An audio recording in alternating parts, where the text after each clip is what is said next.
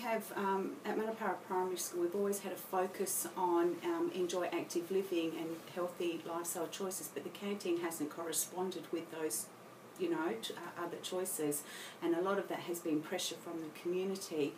And after all of the information with the obesity and the impact that we can have, we just decided to bite the bullet, and we were going to do that. It was also to fit in with, we weren't financially, we were very much not making money at all. We had received a grant from the school a few years back, which was written off, and we required, it wasn't holding itself whatsoever. So there was either, we need to do something, or we're going to have to look at outsourcing the canteen.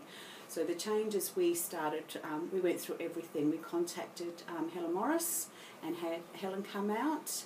She did an audit of our finances and had a look at our finances. We did an overhaul of our menu. We had far too many suppliers, and we had far too much on our canteen menus, far too many choices. So we had to look at what was compliant and what wasn't compliant, and what things were good sellers but weren't compliant, but how we could green them up. So that terminology became very commonplace. How can we green this up to make it compliant? Fiona and I both went to the canteen training together, so we were both getting the same messages at the same time. So, and we were able to discuss and look at things within our context of our school. We then looked at stock take, we looked at the pricing of our menu, we looked at Fiona's hours. Fiona had never had a contract before, so she had a contract with job and person specifications as well. We cleaned the canteen out, we gave it a great big facelift, changed lots of things, reorganised like lunch trays so they all looked nice, so menus.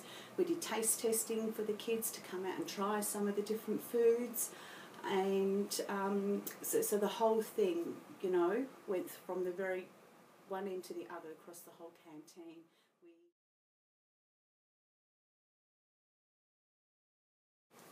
The benefits for us, I believe, we are educators, and that is our role, and the changes fit in very much with the curriculum. We're not teaching one thing and doing something else. We are walking the walk now, whereas before we weren't.